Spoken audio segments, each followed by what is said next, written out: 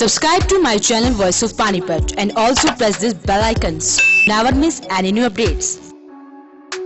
Deputy CM Dushyant Chautala की जिला कष्ट निवारण समिति की पहली बैठक में ही नजारा कुछ बदला हुआ नजर आया। आज से पहले ऐसा नजारा कभी देखने को नहीं मिला। पहले जहां सिर्फ भाजपा के नेता दिखते थे, तो वहीं इस बैठक में जजपा के नेताओं की संख्या ज्यादा नजर आई। बड़ी बात तो ये रही कि इस मालखा के विधायक की खाली पड़ी सीट पर जजपा नेता देवेंद्र कादियान पहली पंक्ति में नजर आए। डिप्टी सीएम दुष्यंत चौटाला के बगल में शहरी विधायक प्रमोद विज, उसके बाद ग्रामीण विधायक महिपाल ढांडा और ढांडा के बगल में ग्रामीण सीट पर चुनाव लड़ चुके नेता देवेंद्र कादियान बैठे हुए नजर आए। चुनावों में जो नेता एक दूसरे पर जमकर टिप्पणी किया करते थे, वो बैठक में एक साथ बैठे हुए दिखे। लेकिन 54 मिनट की इस बैठक में महिपाल और देवेंद्र कादियान ने एक दूसरे से कोई बात नहीं की। खास बात ये रही कि बैठक में पहुंचे सभी जजपा नेता जहां फ्रंट फुट पर नजर आए, तो वहीं बीजेपी के नेता पीछे बैठे हुए दिखे। ग्रीवेंस कमेटी अपने आप में सबसे छोटा कोर्ट का एक फॉर्म माना जाता है, जिसके अंदर ग्रीवेंस रिड्रेसल से लेकर fast tracking of pending cases होते हैं। और इसके अंदर जितना मेरा एक्सपीरियंस सांसद के तौर पर रहा है, अगर प्रॉपर डेडिकेशन से कार्य किया जाए तो मुझे लगता है कि अधिकतम कोर्ट केसेस और सब जुडिस केसेस जो पुलिस के पास या अलग अलग डिपार्टमेंट के साथ पेंडिंग पड़े, जिसको बारी बारी एक डिपार्टमेंट से दूसरे डिपार्टमेंट फाइलें भेजकर लंबित रखा जाता है, उनको निपटाया जा सकता। और मेरा चेयरमैन के बतौर ये प्रयास रहेगा, क्योंकि आज पहली बैठक है, एजेंडा फिक्स है। अगली बार से नंबर ऑफ एजेंडा आइटम्स को भी हम 10 से बढ़ाने का काम करेंगे, जिसमें मैक्सिमम ग्रीवेंसेस को टाइम फ्रेम के अंदर हम निपटाने का काम करेंगे। मैं तो उम्मीद करता हूं कि डिस्ट्रिक्ट के तमाम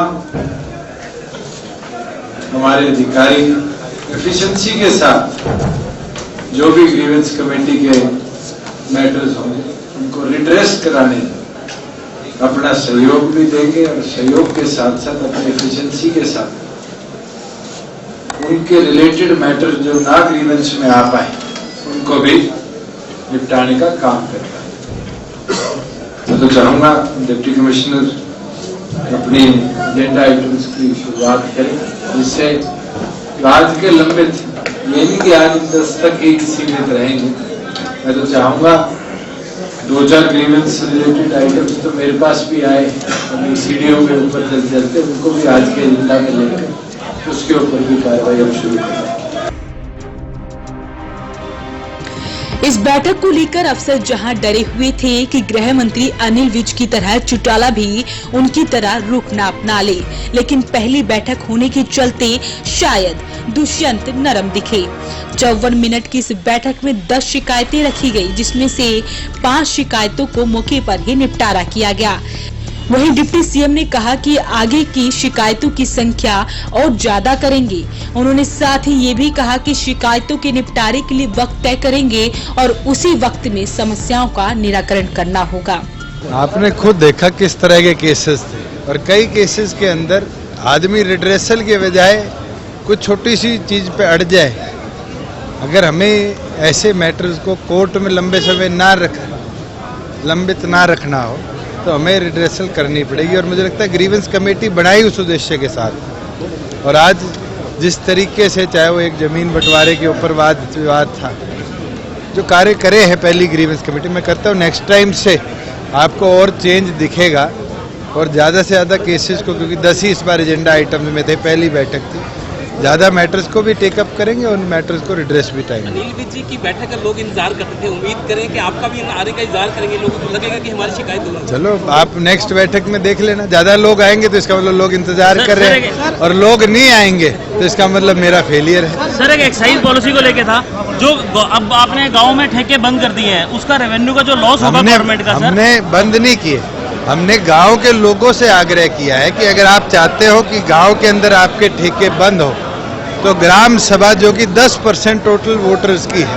वो लिखित में डीसी को 15 जनवरी तक दे, जिसके ऊपर हम एक्शन ले पाएंगे। सर मेरा और लॉस हमें होगा। सर मेरा सवाल ये था कि गवर्नमेंट को जो लॉस होगा क्या उसकी जो भरपाई है, रेवेन्यू लॉस होगा, क्या उसकी भरपाई शहर में ठेके रेट बढ़ा के दिए उससे भरपाई करी जाएगी सर? ना तो ठेके जो गांव वाले हैं और शहर वाले हैं उनके रेट्स में कोई सिमिलैरिटी है। अच्छा जी। बोली लगती है और बोली में जो हाईएस्ट बिडर होता है उसको अलॉटमेंट होती है, तो पॉलिसी के हिसाब से तो किसी को रेवेन्यू लॉस या फायदा नहीं होगा, मगर लॉस जरूर उनको हो सकता है जिनके पूल के अंदर गांव के 3 ठेके थे और उसके अंदर 2 रह जाएंगे तो उनकी डिवीजन जैसे करनी। ग्रीन बेल्ट में ठेके खुले हुए हाईवे की, कितनी इंप्लीमेंटेशन हो चुकी है और आपने कितनी समीक्षा? अभी आपका समय कितना हुआ है सरकार का, और इसके अंदर भी 50 किलोमीटर में एचटेट का पेपर हुआ नहीं हुआ, शुरुआत हुई है।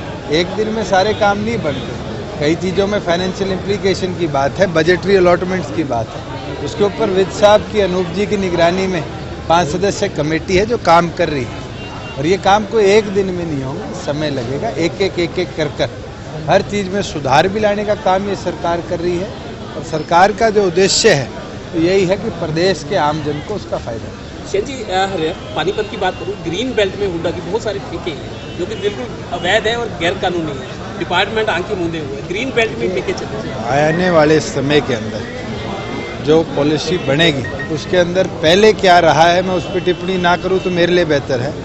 आपको ये चीज़ जरूर मिलेगी, किसी भी इलीगल पोजीशन के अंदर इस तरह की लिकर और वाइन शॉप नहीं चलती। जिस तरह से डिप्टी सीएम दुष्यंत चौटाला ने देवेंद्र कादियान का बैठक में परिचय दिया और बताया कि देवेंद्र का ग्रामीण इलाके में क्या रुतबा है, उससे क्या आने वाले वक्त में ग्रामीण इलाके में महिपाल का दबदबा होगा या फिर देवेंद्र का।